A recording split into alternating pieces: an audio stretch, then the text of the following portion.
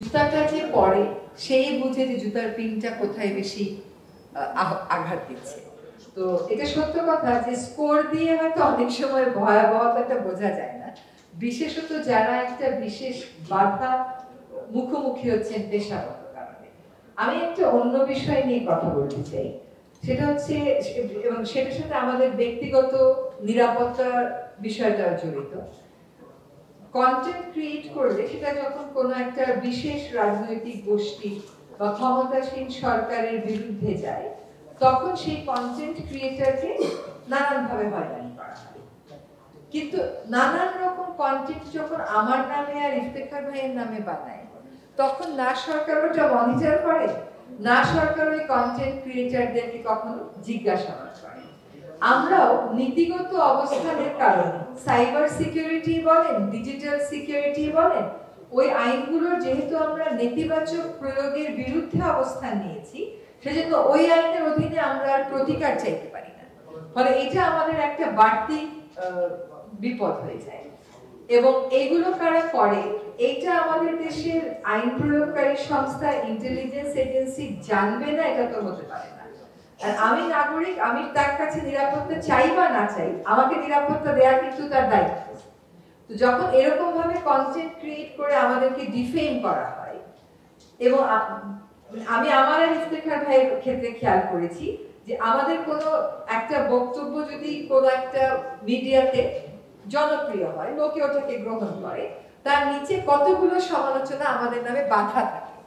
এই সমালোচনাগুলো কতগুলো এমন আইডি থেকে আসে যে আইডি গুলোকে ট্রেস করা যায় না। এবং ধরেন অনেক ভালো ভালো কমেন্ট আসলো, 800টা ভালো কমেন্ট আসলো, শেষে গিয়ে নিউয়েস্ট কমেন্টে আমার সম্পর্কে আগে একটা খারাপ কথা বলতো, এখন আরেকটা খারাপ কথা বলে, এটা নতুন এডিশন হয়েছে। তো আমরা বুঝবার চেষ্টা করি যে এগুলো কোথা থেকে আসে, কারণ আমাদেরকে নিরাপত্তা তো সরকারকে দিতে হবে। এই সমস্ত কন্টেন্ট ক্রিয়েটরদের বিরুদ্ধে তো সরকার ব্যবস্থা নেয় না। আরেকটা কথা স্পষ্ট করা দরকার যে সকল দেশেই সরকারের হাতে নিয়ন্ত্রণমূলক কিছু আইন থাকে, কিন্তু যখন একটা গণতান্ত্রিক আবহ ঠিক থাকে, তখন সেই নিয়ন্ত্রণমূলক আইনগুলো সরকারকে প্রয়োগ করতে হয় না। অনেক বছর কিন্তু স্পেশাল পাওয়ার্স অ্যাক্টের প্রয়োগের কথা আমরা শুনছিলাম না, কারণ ওটার জায়গা নিয়ে নিয়েছিল ডিজিটাল সিকিউরিটি অ্যাক্ট। হ্যাঁ, তো সরকার যদি নিয়ন্ত্রণ করতে না চায়, সরকার যদি নিয়ন্ত্রণের মনস্তত্ত্ব থেকে বের হয়ে আসে, তাহলে এই আইনগুলো নিয়েও আমরা হয়তো এত কঠিন অবস্থানে যেতাম না। কিন্তু সরকারের মনস্তত্ত্ব নিয়ন্ত্রণ, এবং সরকারের মনস্তত্ত্বটাই হচ্ছে নিয়ন্ত্রণ করে ফেলা। এবং এই নিয়ন্ত্রণটা সরকার কেন করতে চায়? সরকার কি সত্যিকারেই নিজেকে গণতান্ত্রিক দাবি করে? যদি সত্যি গণতান্ত্রিক দাবি করে, তাহলে বিরোধী মত কোন পর্যন্ত যাবে এটা তো সরকার আসলে বলে দিতে পারে না। বিরোধী মত অনেক দূর পর্যন্ত আমরা নিয়ে যেতে পারি। আমার কাছে আরো বেশি আশঙ্কা হয়েছে যে আগামী 5 বছর পরে যখন মঞ্জুরা আবার এই রিপোর্ট প্রকাশ করবে, তখন সাম্প্রতিক সময়ে মার্কিন যুক্তরাষ্ট্রের যে হাল, তাদের স্কোরটা কিরকম হবে। আমরা তো আমাদের দেশের পুলিশ কেন পিটায় এই নিয়ে খুব চিন্তিত থাকি।